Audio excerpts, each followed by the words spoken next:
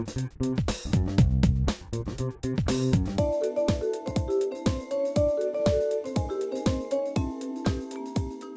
on s'aperçoit depuis 1 an et demi, 2 ans, quand on rencontre les professionnels, que sur un simple exemple, sur les 9 généralistes, 8 ou 9 généralistes, il y en a 5 ou 6 qui partent à la retraite dans les 3-4 ans. Oui, tout à fait. Ce qui veut dire on va être un autre tour en recherche de médecins généralistes.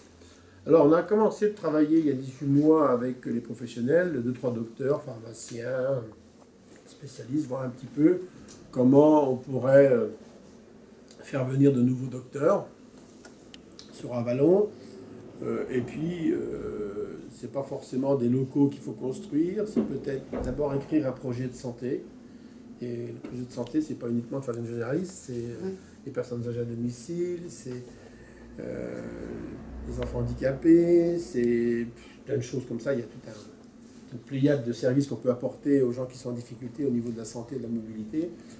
Et donc, on avait presque décidé de prendre la tâche d'un cabinet extérieur pour nous écrire ce projet de santé. Et puis, juste en même temps, l'État a sollicité le pays avallonnais pour savoir si on ne pouvait pas être maître d'ouvrage pour mettre en œuvre un contrat local de santé. Donc, moi, je ne savais pas trop ce que ça voulait dire, là. Donc, j'ai été reçu par le sous-préfet qui m'expliquait dans la grande ligne ce que c'était. Et en fait, depuis, ça a bien évolué.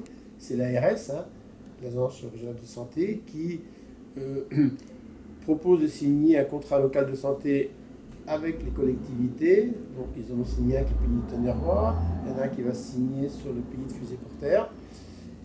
Et ça se passe en 2 phases. La première phase, l'ARS finance, avec délibération du pays, un diagnostic, le portrait, le paysage de la santé en pays avallonnais, les points forts, les points faibles, et ce qu'il serait bon de faire ou de ne pas faire, d'améliorer, de créer, etc., etc.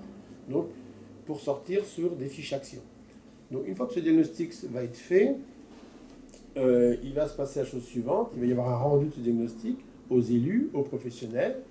Certainement, si les élus veulent continuer dans la démarche, et j'espère vivement qu'ils vont vouloir continuer, ce que j'ai déjà appris hier, on va créer un comité de pilotage où les professionnels de la santé auront une part prépondérante, pour derrière écrire toutes les fiches actions en fonction du programme régional de la santé, parce que c'est un peu guidé, donc adapter ce qu'au niveau régional, ils sont capables de financer et de faire, et de l'adapter sur notre territoire par rapport aux carences que nous avons.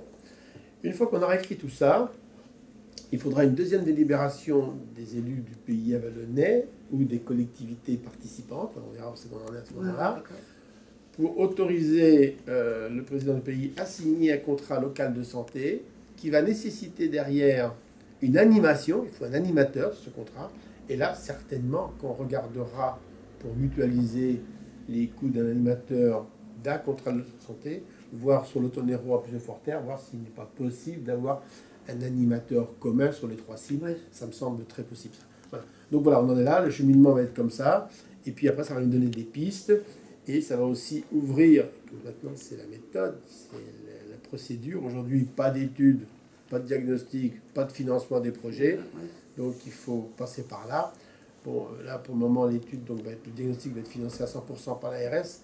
On dit toujours, mais de toute façon, c'est comme nos sous, évidemment. Oui, mais moi, je dis toujours que quand notre argent qu'on paye par nos impôts et nos taxes, il y en a un peu qui revient sur notre territoire au service de nos habitants, c'est toujours ça le prix. Voilà. Rien ne peut se faire sans les professionnels.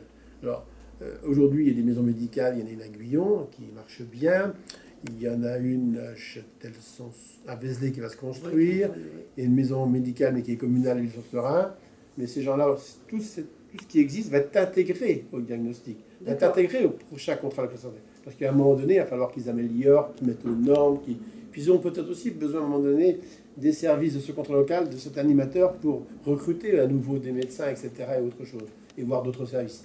Donc c'est vraiment un ensemble sur le territoire et c'est une bonne chose. Pour moi, la santé est un axe majeur dans le cadre de la réforme de collectivité. Je dis, quand on peut travailler, qu'on peut se loger et qu'on a la santé, quand on a déjà donné ça à tout le monde déjà. Voilà. Donc les axes de la réforme doivent aller dans ce sens-là. En fait, on ne pourra pas tout faire, en faisant ce qui est bon pour le plus grand nombre. Voilà. on a créé un groupe de travail santé et soins, hein, donc fera partie d'une de nos compétences à partir de 2014. Mais le contrat local de santé, j'espère qu'il sera signé à la fin de l'année. Mais ça n'empêche pas de travailler parallèlement en sous-main pour prendre des contacts avec des praticiens, etc. etc. Moi, je remercie aussi les généralistes qui vont partir en retraite et qui s'associent à cette démarche de recrutement. Ils pourraient dire je suis en fin de carrière, terminé, basta, je m'en vais. Mais non, il y en a certains qui veulent participer à leur remplacement et ça, c'est très bien comme ça, quoi.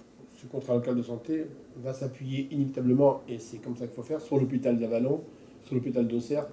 On ne fera rien sans l'ensemble des acteurs de la santé, quel que soit leur niveau. Ça, c'est très important, quoi. C'est très important. Et je crois que s'il y a un sujet sur lequel tous les élus peuvent se retrouver, c'est au moins celui de la santé.